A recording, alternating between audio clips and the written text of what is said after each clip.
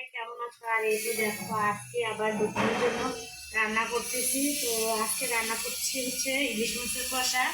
তো আজকে আমি একটু ইলিশ মাছের কষাটা অন্যভাবে করে নিচ্ছি। এখানে একদম আমি হচ্ছে সরিষা বাটা একটু দিয়েছি, আর দিয়ে এগুলো মশলাগুলো একটু ভালো করে কষিয়ে নিয়ে তারপর কিন্তু এই যে কষাচ্ছি মাছটাকে। ঠিক আছে, এইভাবে কিছুক্ষণ আবার মাছটা কষাবো। এভাবে আমি আসলে সবসময় রান্না করি না, একটু মাছগুলো রান্না করি। তো আজকে দুপুরে কিন্তু এগুলো দিয়েই খাবার, এই ইলিশ মাছের কষা। আর তার সঙ্গে হচ্ছে আমি আজকে মূলো দিয়ে এটা রান্না করব। আর একটু হচ্ছে একদম নতুন একটা মাছ রান্না করে নিয়েছি, ওইটা আপনাদের সঙ্গে আমি শেয়ার করিনি। তো আরেকদিন যেদিন আমি রান্না করব অবশ্যই আমি শেয়ার করব। তো এই যে এই মাছটাও আমি রান্না করছি। আর এটা হচ্ছে, তো এটা আমাদের কখনো খাওয়া হয়নি, এটা আমার ছোটো বোন দিয়েছিল 4 পিস মাছ, কেটে এনে আমি যে একদম রান্না করে নিয়েছি। তো এটা রান্না আমি শেয়ার করতে পারিনি।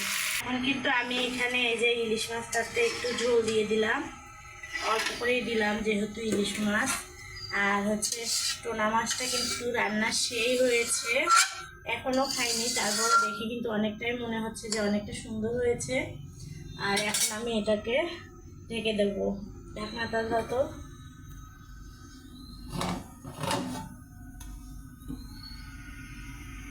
আর আজকে কিন্তু বাড়িতে অনেক কাজ। দেখেন এই যে এখানে ধানগুলো নেড়ে দেওয়া হয়েছে, কারণ হচ্ছে ধানগুলো একটু ড্যাম হয়ে গেছে এই কারণে। আর একটু সকাল সকাল রান্না বান্না করে নিচ্ছে, আজকে একদমই সকালে রান্না করে নিচ্ছি, কারণ অনেকগুলো আর কি লোক হয়েছে, তারা খাবে এই জন্য। তো এই যে আমি এখানে হচ্ছে মূলোগুলো কেটে রেখেছি। তো এই বছরের এইবার নিয়ে আমরা 2বার মূলোগুলো খাচ্ছি। একদিন মাংস দিয়ে রান্না করেছিলাম, তো আজকে আমি ইলিশ মাছটা দিয়ে রান্না করবো। রান্নাটা উঠাইতে এসে ভাবলাম যে একটু কিছু কাজ বাজগুলো শেষ করি। তো এখানে যে সকালে হচ্ছে মূলা শাক ভাজি করা হয়েছিল, তো সেটা অবশ্য কেউ খেতে চাচ্ছে না। তো এখানে হচ্ছে আমার কাজগুলো অনেকগুলো আছে।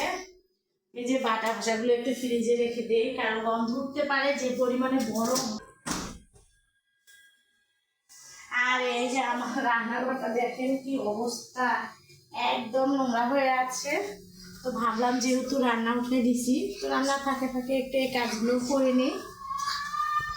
এখন একটু আমি হচ্ছে বেসিনটা পরিষ্কার করে নেব, কারণ আজকে এখানে একটু মাছগুলো ধুয়ে নিয়েছি, গন্ধ বেড়ে রয়েছে। আর সবার কিন্তু সংসারে আসলে টুকিটাকি কাজ থেকে থাকে প্রতিদিনেই। তো আমার মনে হয় কি যে আসলে আমার মনে হয় প্রতিদিনই কাজ থাকে। আর এই কাজের ফাঁকে ফাঁকে আবার একটা করে ভিডিও বানিয়ে নিতে হয়।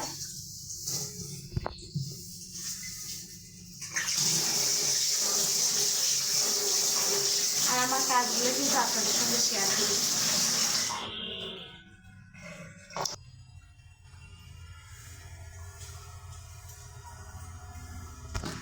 আর আমার রান্নাঘরটা কিন্তু একদম পরিষ্কার হয়ে গেছে। আমি এখন একটু হচ্ছে বিছানাগুলো ঝাড়ু দিয়ে নেব। তো আজকে আমার রান্নাগুলো একটু দেখবেন, মূলা দিয়ে কীভাবে ইলিশ মাছ রান্না করি। তো আপনারা তো হয়তো অনেকেই খান এই খাবারটা, আমার কাছে কিন্তু অনেক ভালো লাগে। ঠিক আছে, আর আমার গ্রামের মানুষ সারাদিন কিন্তু অনেক কাজ থাকে। আবার হচ্ছে আজকে মিনিমাম 2 থেকে 3 জন মিস্ত্রি হয়েছে কাজের জন্য, আর একজন হচ্ছে ধান লাড়ি দিছে, আর 2 জন হচ্ছে আমাদের একটা সবজি ক্ষেত আছে ওখানে কাজ করতেছে। কারণ গ্রামে থাকলে কিন্তু সবজি একটু নিজেরা চাষ করে খেলে অনেকটাই আর কি উপকার হবে।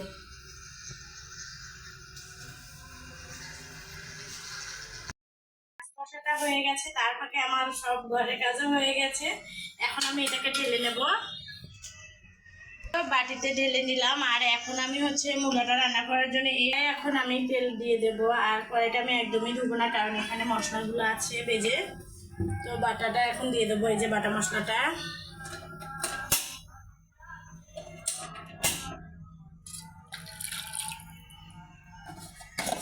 এখানে এই যে বাটা মশলাটা কিন্তু দিয়ে দিলাম। আর এগুলো হচ্ছে ব্লেন্ডার করা মশলা।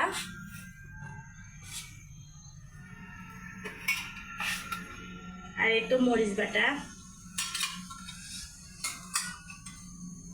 আর একটু ঝাল ঝুল না হলে আসলে তরকারি খেতে কিন্তু একদমই ভালো লাগে না। অনেকে আবার ঝালটা বেশি পছন্দ করে না। একটু মশলাটা আমি আবারও কষিয়ে নিলাম। তো আমি সবসময় কিন্তু মশলাটা একটু বেশি কষিয়ে নিয়েই রান্না করি। তো মশলাটা এখানে কিন্তু অলরেডি কষানো হয়ে গেছে। এখন হচ্ছে মূলাটা দিয়ে দেবো। আর মূলার মধ্যে একটু কিন্তু বেগুন দিলে ভালো হয়। আজকে আমার ঘরে একদমই হচ্ছে বেগুনটা নেই, এই জন্য খালি মূলাই আর কি দিয়ে দিচ্ছি। আলু দিয়ে একটু আলু দিলে বা আলুটা একটু ভেঙে সিদ্ধ করে নিয়ে ভেঙে দিলেও চলতো। তো আসলে তখন আবার আরেকটা আর কি স্বাদ লাগতো, এই জন্য আমি খালি মূলাটাই রান্না করে নিচ্ছি। তো এখন আবার কিছুক্ষণ মূলাটা কষাতে হবে কিন্তু।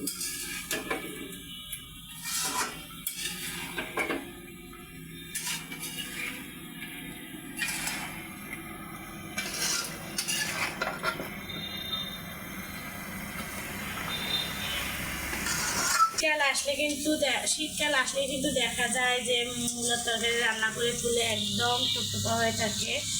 মাছ দিয়ে আর কি বেশি ভালো লাগে শীতকালে মূলার তরকারিটা।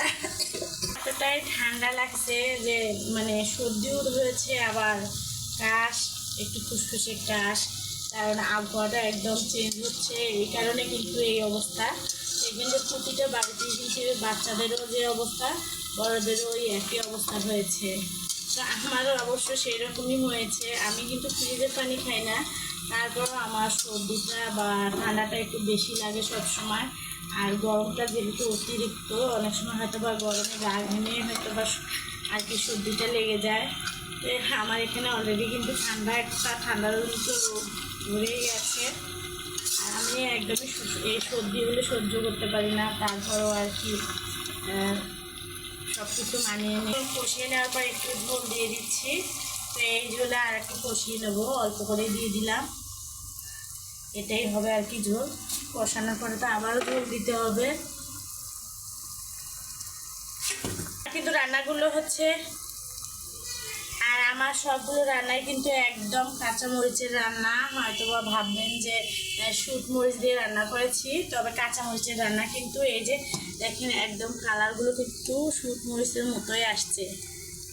কাঁচা মরিচের কালারটাও কিন্তু একদম লাল হয়ে গেছে। আর আজকে রান্নাগুলো আমার নিজের কাছেই মনে হচ্ছে যে অনেকটা সুন্দর হয়েছে। এখন এখানে মাছগুলোকেও দিয়ে দিলাম। ঠিক আছে, এই যে কষানের মাছ যেগুলো রেখেছিলাম সবগুলোই দিয়ে দিয়েছি। তো আর একটু জাল দেব। মাছ দেওয়ার পরে একটু জাল না দিলে ভালো লাগবে না, এই জন্য একটু আর একটু জাল করে নেব মাছটা, মূলাটা সহ। তবে আজকে কিন্তু এগুলোই রান্না, যেহেতু বাড়িতে অনেকগুলো কাজের লোক হয়েছে, কাজ করতেছে, এই জন্য আজকে আর বেশি কিছু রান্না করব না, এগুলো দিয়ে আজকে খাবে। তো সবাই ভালো থাকবেন, সুস্থ থাকবেন। আজ এ পর্যন্তই, আল্লাহ হাফেজ।